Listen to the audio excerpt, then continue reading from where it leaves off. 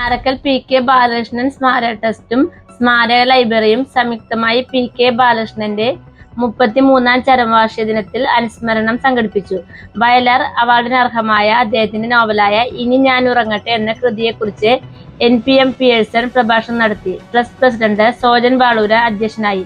Kochi taluk library council secretary KM.S. Radhakrishnan, ജില്ലാ നിർവാഹക സമിതി അംഗം TR വിനോയ് കുമാർ, ജോയി നായരമ്പലം എന്നിവർ സംസാരിച്ചു. സെക്രട്ടറി ഹസീന ഇബ്രാഹിം സ്വാഗതവും ട്രഷറർ P.K. രവീന്ദ്രൻ നന്ദിയും പറഞ്ഞു. അഗ്നാന്റെയും OVJന്റെയും എമ്മുകുന്ദിന്റെയും പുസ്തകങ്ങൾ എന്ന് പറയുന്നത് ആ രീതിയിൽ പാകപ്പെട്ടു വന്ന പുസ്തകങ്ങളായിരുന്നു.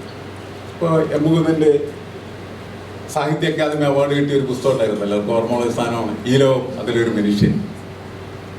അതേപോലെ തന്നെ ആവിലായൊരു സൂര്യോദയം, അങ്ങനെ എത്രയോ പുസ്തകങ്ങൾ. ആ പുസ്തകങ്ങളിലേക്ക് ഒരു അന്തർധാര എന്ന് പറയുന്നത് ഈ അസ്തിത്വവാദമായിരുന്നു.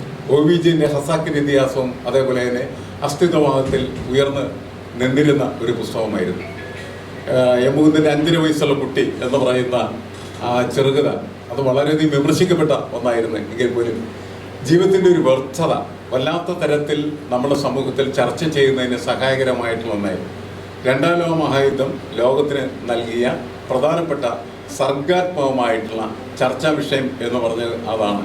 എന്താണ് ജീവിതത്തിൻ്റെ യാഥാർത്ഥ്യം, എന്താണ് ജീവിതത്തിൻ്റെ അർത്ഥം, ജീവിതത്തിൻ്റെ പ്രസക്തി എന്താണ് എന്ന് പറയുന്ന വലിയ തരത്തിലുള്ള ചോദ്യങ്ങൾ അത് ഉയർത്തിവിട്ടിരുന്നു. ഇതേ കാലയളവിൽ ഇന്ത്യയിലും അതേപോലെ തന്നെ കേരളത്തിലുമൊക്കെ ആ സമയത്ത് നമ്മൾ പറഞ്ഞു ആ എക്സിബിഷനിസം എന്ന് പറയുന്നത് കുറെ കഴിഞ്ഞതിന് ശേഷമാണ് കേരളത്തിൽ സജീവമായിത്തീരുന്നത്. പക്ഷേ അതേ കാലയളവിൽ വളർന്നു വന്ന ഒരു പ്രവണത, ഒരു ട്രെൻഡ് എന്ന് പറഞ്ഞു കഴിഞ്ഞാണെങ്കിൽ ഇതിഹാസങ്ങളെയും പുരാണങ്ങളെയും പുനർനിർമ്മിക്കുക എന്നുള്ളതാണ്. ആ പുനർനിർമ്മാണ പ്രക്രിയയിലേക്കാണ് P.K. ബാലകൃഷ്ണൻ കടന്നു വരികയും അദ്ദേഹം ഇനി ഞാൻ ഉറങ്ങട്ടെ എന്ന് പറയുന്നതായിട്ടുള്ള പുസ്തകം എഴുതാനായിട്ട് തീരുമാനിക്കുകയും ചെയ്യുന്നത്. അപ്പം അദ്ദേഹത്തിന്റെ പുസ്തകങ്ങൾ ഈ ഇതിഹാസം ശരിയായിട്ടുള്ള രീതിയിൽ മഹാഭാരതം വായിക്കുകയും മനസ്സിലാക്കുകയും ചെയ്യുന്നതിന് ആവശ്യമായിട്ടുള്ള മലയാള പുസ്തകങ്ങൾ എന്ന് പറയുന്നത് വളരെ അപൂർവമായിരുന്നു എന്നുള്ളതാണ്. മാരാരുടെ ഒരു പുസ്തകത്തിന്റെ വാലയിൽ പിടിച്ചിട്ടാണ് അദ്ദേഹം യഥാർത്ഥത്തിൽ ഇതിലേക്ക് കടക്കുകയും അത് അദ്ദേഹത്തിന്റെ സർഗാത്മക ശേഷിക്ക് അനുസൃതമായിട്ടുള്ള രീതിയിൽ വികസിച്ച് രൂപപ്പെടുത്തിയ സമയത്താണ് ഇത്തരത്തിൽ ഒരു പുസ്തകം ഉണ്ടാകുകയും അത് വളരെ ശക്തമായിട്ടുള്ള തീവ്രമായിട്ടുള്ള രീതിയിൽ മനുഷ്യനെ മാറ്റിമറിക്കുന്ന ഒരു പുസ്തകമായിട്ട് മാറിത്തീർന്നു എന്നുള്ളതാണ്. കാരണം അതിനകത്ത് ദൈഷ്ണികമായിട്ടുള്ള ഒരുപാട് ചോദ്യങ്ങൾ ചോദിച്ചിരുന്നു. ഇപ്പം നേരത്തെ ഹസീന ഇവിടെ സ്വാഗത പ്രസംഗത്തിൽ പറഞ്ഞ സമയത്ത് ബഷീർ അദ്ദേഹത്തെ എപ്പോഴും വിളിക്കാറുള്ള മിസ്റ്റർ തോട്ടൻ എന്നാണ് വിളിച്ചിരുന്നത്. എന്നുവെച്ചാൽ എപ്പോഴും ചിന്തിക്കുകയും അതിനനുസരിച്ച് പ്രവർത്തിക്കുകയും ചെയ്യുന്നതായിട്ടുള്ള ഒരു ദിഷാശാലി എന്ന നിലയ്ക്ക് മാത്രമാണ് അത്തരത്തിലൊരു പ്രയോഗം ബഷീറിൻ്റെ ഭാഗത്തു നിന്ന് ഉണ്ടായിരുന്നു. ഇപ്പം നിരന്തരമായിട്ട് ചിന്തിക്കുകയും സമൂഹത്തിനോട് ദൈഷ്ണികമായിട്ട് പ്രതികരിക്കുകയും സമൂഹത്തെ മാറ്റുന്നതിന് വേണ്ടിയിട്ട് തനിക്ക് പറ്റുന്നതായിട്ടുള്ള കാര്യങ്ങൾ ചെയ്യുക എന്നുള്ളത് ബാലകൃഷ്ണൻ്റെ ഒരു പ്രവൃത്തിയായിരുന്നു. അദ്ദേഹത്തിൻ്റെ അസ്തിത്വത്തിൻ്റെ ഒരു പ്രസക്തി എന്ന് ചോദിച്ചാൽ അതായിരുന്നു. സമൂഹത്തിനോട് അങ്ങനെ പെരുമാറാനും പ്രവർത്തിക്കാനും അദ്ദേഹത്തിന് കഴിഞ്ഞിരുന്നില്ല. സാധാരണ നമ്മൾ ഈ പത്രപ്രവർത്തകരുടെ ഒരു വലിയ പ്രശ്നം എന്ന് പറയുന്നത് പത്രപ്രവർത്തകർ ദൈനംദിനമായിട്ടുള്ള വാർത്തകളിൽ മുങ്ങിച്ചത്തു പോകുന്നവരാണ്. അവർക്ക് രാത്രിയും പകലും ഏത് സമയത്തും സ്വപ്നത്തിലായാലും ഉറക്കത്തിലായാലും ഒക്കെ അവർക്ക് ചുറ്റും ഇങ്ങനെ നിറഞ്ഞു നിൽക്കുന്നതായിട്ടുള്ള വാർത്തകൾക്ക് മാത്രമാണ് പ്രാധാന്യം അവർ കൊടുക്കുക. ആ വാർത്തകളെ ഇങ്ങനെ താലോലിച്ച് വളർത്തി വികസിപ്പിച്ച് അതിൽ ജീവിച്ച് മരിച്ചു പോകുന്നവരായി നമ്മൾ സാധാരണ പ്രാദേശിക പത്രപ്രവർത്തനം മാറിത്തീരുന്നു എന്നുള്ളതാണ്. അത് ഏത് പത്രപ്രവർത്തനം അങ്ങനെ മാറാം. പ്രാദേശിക പത്രപ്രവർത്തനം മാത്രമല്ല, വലിയ വലിയ ജേർണലിസ്റ്റുകളും അങ്ങനെയൊക്കെ തന്നെയാണ്. ജേർണലിസ്റ്റുകൾക്ക് അല്ലെങ്കിൽ പത്രപ്രവർത്തകർക്കുള്ള ഏറ്റവും വലിയ സവിശേഷത എന്ന് പറയുന്നത് ലോകത്തെ ഏറ്റവും സുന്ദരമായൊരു ഭാഷയാണ് അവരുടേത് എന്നുള്ളതാണ്. കാരണം അവരെഴുതുന്നത് ഏത് മനുഷ്യനും മനസ്സിലാക്കാൻ വേണ്ടിയാണ്, മരക്കെട്ട് വരെ മനസ്സിലാക്കാൻ പറ്റുന്ന തരത്തിലുള്ള ലളിതമായിട്ടുള്ള ഭാഷകളിലൂടെ കാര്യങ്ങൾ പറഞ്ഞു കൊടുക്കാനായിട്ട് കഴിയുന്നു എന്നുള്ളത് പത്രപ്രവർത്തകരുടെ വലിയൊരു കഴിവാണ്. ആ കഴിവ് കിട്ടുന്ന ഈ പത്രപ്രവർത്തകർ പക്ഷേ ഈ ഭാഷ സർഗാത്മകമായിട്ട് വിനിയോഗിക്കുന്നതിൽ അതിനൊരു താല്പര്യം കാണിക്കാത്തവരായി മാറിത്തീരാണ്. അല്ലെങ്കിൽ അത് ബാക്കിയെല്ലാം മറന്നുപോവുകയാണ് ചെയ്യുന്നത് ഇതിലിങ്ങനെ മുങ്ങി. അതുകൊണ്ടാണ് ഞാൻ നേരത്തെ പറഞ്ഞത് ഈ ദൈനംദിനമായിട്ടുള്ള വാർത്തകളിൽ മുങ്ങി മരിച്ചു പോകുന്നവர்களായി മാറുന്നത്. നമുക്ക് കിട്ടിയിരിക്കുന്ന ഈ സവിശേഷമായിട്ടുള്ള കഴിവ് ഉപയോഗിച്ചുകൊണ്ട് നമുക്ക് ചെയ്യാവുന്ന ഒരു കാര്യമുണ്ട്. നമുക്ക് സർഗാത്മകമായിട്ടുള്ള സൃഷ്ടികളിലേക്ക് കടക്കാം എന്നുള്ളതാണ്. P.K. ബാലകൃഷ്ണൻ ചെയ്ത ഏറ്റവും പ്രധാനപ്പെട്ട ഒരു കാര്യം അതായിരുന്നു. നിങ്ങൾ ആരുടെയും മുഖത്ത് ഒരു തരത്തിലുള്ള ചാഞ്ചല്യമില്ലാതെ ഭയമില്ലാതെ പ്രകടമാക്കാൻ കഴിയുകയും ചെയ്തിരുന്ന ഒരു ദൈഷ്ണിക ശേഷി അദ്ദേഹത്തിനുണ്ടായിരുന്നു. വളരെ അപൂർവം ആളുകൾക്ക് മാത്രമാണ് അതുള്ളത്. പ്രത്യേകിച്ച് ഇന്ന് നമ്മൾ 50 വർഷങ്ങൾക്ക് ശേഷം ഈ കാലത്ത് പരിശോധിക്കുന്ന സമയത്ത് നമ്മളുടെ പത്രപ്രവർത്തകർ, പ്രാദേശിക പത്രപ്രവർത്തകരെ ഒന്ന് മാറ്റി നിർത്താം എന്നുള്ളതാണ്. പ്രഗത്ഭരായിട്ടുള്ള പത്രപ്രവർത്തകരെല്ലാം ചെയ്യുന്നത് എന്താണ്? അവർ ചെയ്തുകൊണ്ടിരിക്കുന്നത് അവരുടെ മുതലാളിമാർക്ക് അനുസരിച്ച്, അവരാഗ്രഹിക്കുന്നതനുസരിച്ച് വാർത്തകൾ എഴുതി ജീവിക്കുന്ന ജീവികളായി മാർത്തുകയാണ് ചെയ്തത്. ഹിസ് മാസ്റ്റേഴ്സ് വോയിസ് എന്ന് നമ്മൾ വിശേഷിപ്പിക്കുന്നത് ഇവരെയാണ്. എന്താണോ മുതലാളി ആഗ്രഹിക്കുന്നത് അതിനനുസരിച്ചുള്ള വാർത്തകൾ സൃഷ്ടിക്കുക എന്നുള്ളതാണ്.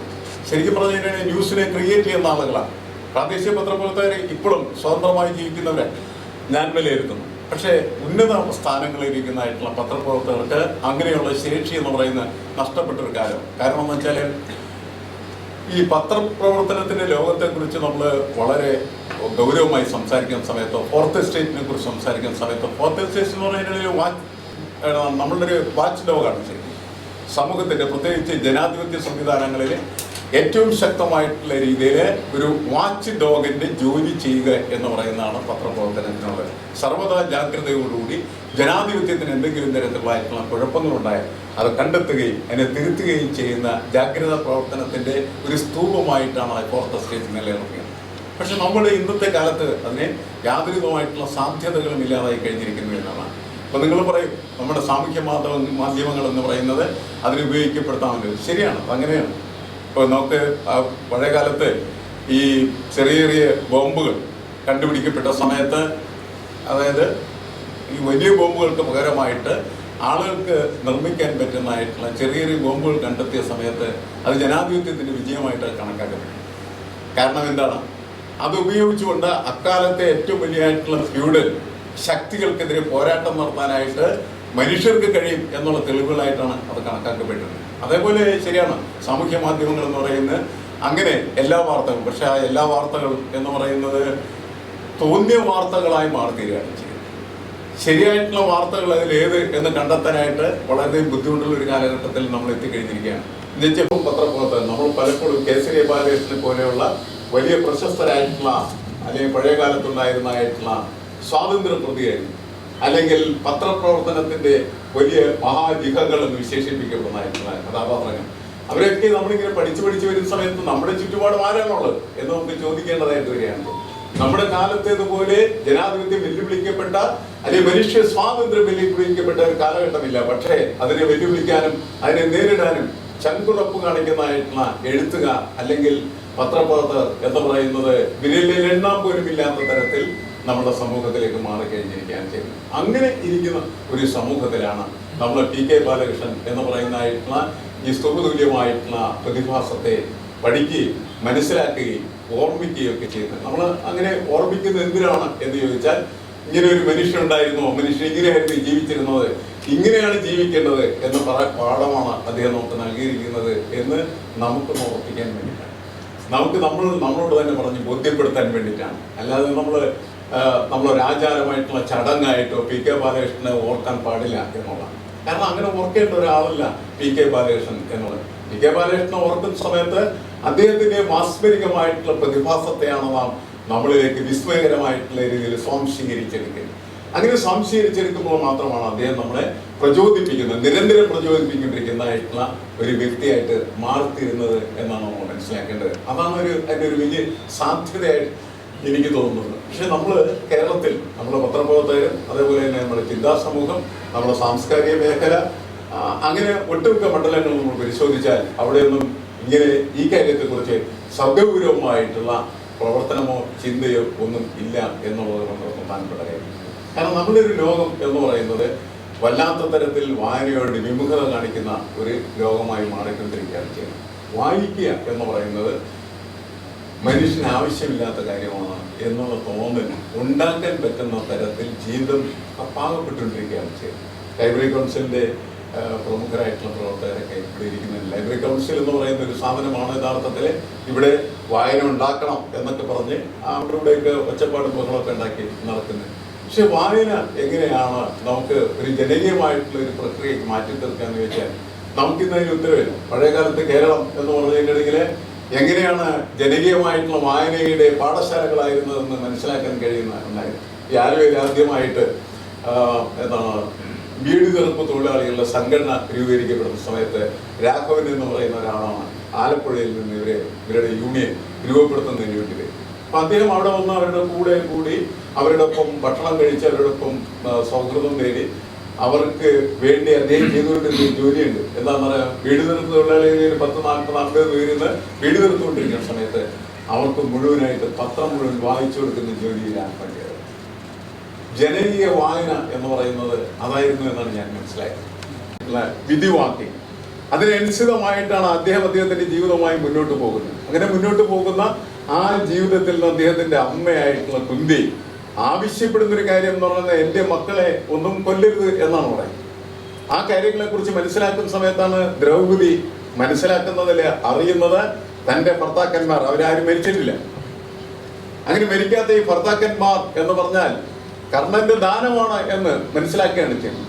കർണൻ ദാനമായി കൊടുത്തിരിക്കുന്നതായിട്ടുള്ള ജീവിതം കൊണ്ടാണ് ഈ വീരേതിഹാസങ്ങളായിട്ടുള്ള തന്റെ ഭർത്താക്കന്മാർ ജീവിക്കുന്നത് എന്ന് മനസ്സിലാക്കുന്ന സമയത്താണ് അവർക്ക് അവരുടെ ജീവിതം എന്ന് പറയുന്നത് വ്യർത്ഥമായി തോന്നുന്നത്. ഈ കാലം വരെ, അതായത് ഒരുപാട് കാലമായിട്ട് എത്രയോ വർഷങ്ങളായി ഞാൻ ഉറങ്ങിയിട്ട് എന്ന് പറഞ്ഞ് ദ്രൗപദി സംസാരിക്കുന്ന ഭാഗമുണ്ട് ആ നോവലിൽ. അങ്ങനെ സംസാരിക്കുന്ന ഭാഗത്ത് അല്ലെങ്കിൽ ചർച്ച ചെയ്യുന്ന ഭാഗത്ത് അവിടെ കുരുക്ഷേത്ര യുദ്ധത്തിന്റെ അന്ത്യത്തിൽ ആണ് യഥാർത്ഥത്തിൽ ഈ നോവൽ രൂപപ്പെടുന്നത് നമുക്കറിയാം. അതിന്റെ ചെറിയ ഒരു പാർട്ട് മാത്രമേ ഇതിനുള്ളൂ. ആ കുരുക്ഷേത്ര യുദ്ധത്തിന്റെ അവസാന ഘട്ടത്തിൽ നടക്കുന്ന കാര്യങ്ങൾ വെച്ചുകൊണ്ട് അതിന്റെ ഫ്ലാഷ് ബാക്ക് ആയിട്ട് ഏതാണ്ട് മഹാഭാരതത്തിലെ കഥയുടെ മുഴുവൻ കാര്യങ്ങളെയും പതുക്കെ ഇതിനകത്തേക്ക് കൊണ്ടുവരികയും കർണൻ എന്ന് പറയുന്നതായിട്ടുള്ള പ്രതിഭാസത്തെ അത്യുജ്വലമായിട്ട് വളർത്തി ജ്വലിപ്പിച്ചു നിർത്തുകയും ചെയ്യുന്നു എന്നുള്ളതാണ് നോവലിസ്റ്റ് ചെയ്ത ഒരു പ്രത്യേകത. അദ്ദേഹത്തോട് അതിനെക്കുറിച്ച് ചോദിച്ച സമയത്ത് പറഞ്ഞൊരു കാര്യം എന്ന് വെച്ചാൽ അർജുനൻ എന്ന് പറയുന്നതായിട്ടുള്ള പ്രതിഭാസത്തിന്റെ മുകളിലേക്ക് കർണനെ കൊണ്ടുവരികയാണ് ചെയ്യും. കർണനെ പോലെ ധീരനായ, കർണനെ പോലെ ശക്തരായ, കർണനെ പോലെ കാര്യക്ഷമതയോടുകൂടി വില്ലുപയോഗിക്കുന്നതായിട്ടുള്ള ഒരു വില്ലാളി പോലും അല്ല അർജുനൻ എന്ന് രൂപപ്പെടുത്തിയ ഒരു ഭാഗം അല്ലെങ്കിൽ അത്തരത്തിലുള്ള ഒരു ചിന്ത നമ്മളുടെ ഓരോരുത്തരുടെയും ഭാവനയ്ക്ക് അനുസൃതമായിട്ടുള്ള രീതിയിൽ രൂപപ്പെടുത്താവുന്നു. രണ്ടാം മുഴുവൻ എഴുതിയ സമയത്ത് MT ചെയ്താല് ഭീമസേനനെ ഉയർത്തിക്കൊണ്ടുവന്ന സമയത്ത് അവിടെ യുധിഷ്ഠിരൻ എന്ന് പറയുന്നത് താഴ്ത്തപ്പെടുകയാണ് ചെയ്തത്. ഒരു കഥാപാത്രത്തെ നമുക്ക് മുന്നിലേക്ക് കൊണ്ടുവരണം. മറ്റ് കഥാപാത്രങ്ങൾ സ്വാഭാവികമായിട്ടും താഴ്ത്തിപ്പെടണം അല്ലെങ്കിൽ താഴ്ന്ന് നിൽക്കണം. നിന്നാൽ മാത്രമാണ് നമുക്ക് ഒരു വലിയ കഥാപാത്രത്തെ ഉണ്ടാക്കുന്നത്. നമ്മൾ ബോർഡിൽ ഒരു വരവരെ അവരെ വലിയ വരയാണ് എന്ന് നമുക്ക് പറയണമെങ്കിൽ എന്ത് വേണം? ആ വരയുടെ തൊട്ടടുത്തൊരു ചെറിയ വര വരണം. അപ്പോഴാണ് ഇത് വലിയ വരയാണ്. അതിന് പകരം ഒരു വര വരച്ചിട്ട് അതിനേക്കാൾ വലിയ വര വരച്ചാൽ ഈ വരച്ച വരയെന്ന് പറഞ്ഞാൽ ചെറിയ വരയാണ്. ഇതെല്ലാം നമ്മുടെ ക്രിയേഷൻസാണ്. നമ്മുടെ സമൂഹത്തിലുള്ള രാഷ്ട്രീയ നേതൃത്വങ്ങളും നമ്മൾ പരിശോധിക്കുന്ന സമയത്ത് അതൊക്കെ തന്നെ സെലിബ്രിറ്റി ക്രിയേഷൻ എന്ന് പറയുന്നതായിട്ടുള്ള പ്രക്രിയയിൽ രൂപപ്പെടുന്നു വരുന്നതാണ്. നിങ്ങൾ പല നേതാക്കളെയും അടുത്ത് പരിചയപ്പെട്ടിരിക്കുന്ന സമയത്ത് നമുക്ക് മനസ്സിലാവും വട്ടപൂജ്യമാണ്, ഒരു ശേഷിയുമില്ല, പൊട്ട. പക്ഷേ അയാളെ നമ്മൾ എന്ത് ചെയ്യുന്നു? നമ്മുടെ സമൂഹത്തിലെ ഏറ്റവും വലിയ ഒരു നേതാവിന്റെ പ്രതീകമായിട്ട് കൊണ്ടുവരണം. ഒരാളുടെ അല്ല, ഒരുപാട് കാര്യങ്ങൾ നിങ്ങൾ പരിശോധിക്കുന്നു. അവരെയൊക്കെ നിങ്ങൾ അടുത്തടുത്ത് പരിചയപ്പെടുന്ന സമയത്താണ് അവരെല്ലാം വളരെ വളരെ ചെറിയ മനുഷ്യൻ, നിങ്ങളെക്കാൾ ചെറിയ മനുഷ്യരാണ് അവർ എന്ന് മനസ്സിലാക്കാനായിട്ട്. അത് ഈ സമൂഹത്തിന്റെ ഒരു പ്രത്യേകമായിട്ടുള്ള പ്രതിഭാസമാണ്. ഫിനോമിനൽ പ്രോസസ് എന്ന് പറയുന്നത് ഒരു മനുഷ്യനെ നമ്മളുടെ സമൂഹത്തിനകത്ത് ഉയർത്തി വലിയൊരു പ്രതീകമായി മാറ്റിയെടുക്കുകയാണ് ചെയ്യുന്നത്. അത് ഇന്നത്തെ കാലത്തൊരു പ്രത്യേകത. അങ്ങനെ വലിയ മനുഷ്യരെ നിർമ്മിക്കുന്നതായിട്ടുള്ള ആളുകളാണ് നിങ്ങൾ ഈ പത്രപ്രവർത്തകരാണ് യഥാർത്ഥത്തിൽ എന്ത് ചെയ്യുന്നത്? ഇവരെ ഇങ്ങനെ പ്രമുഖന്മാരും അതേപോലെ തന്നെ അസാധാരണ വ്യക്തിത്വമുള്ള വ്യക്തികളായിട്ട് മാറ്റിയെടുക്കുന്നതാണ്. അതിനെയാണ് നമ്മൾ സാധാരണ ഈ സെലിബ്രിറ്റി ക്രിയേഷൻസ് എന്ന് പറയുന്നത്. ഈ കാലത്ത് വളരെ വളരെ കൂടുതലാണ് എന്നുള്ളതാണ്. ഒരു ദിവസം ഒരു പ്രത്യേക ദിവസം ഒരാളിങ്ങനെ ഉയർന്നു വരികയാണ് ചെയ്യുന്നത്. എന്നുവെച്ചാൽ സാർവത്രികമായിട്ട് വ്യാജന്മാരുടെ അഴിഞ്ഞാട്ടത്തിന്റെ കാലത്താണ് നമ്മൾ ജീവിച്ചുകൊണ്ടിരിക്കുന്നത്. ഈ ചാനൽ ഷെയർ ചെയ്യുക, സബ്സ്ക്രൈബ് ചെയ്യാൻ മറക്കരുത്.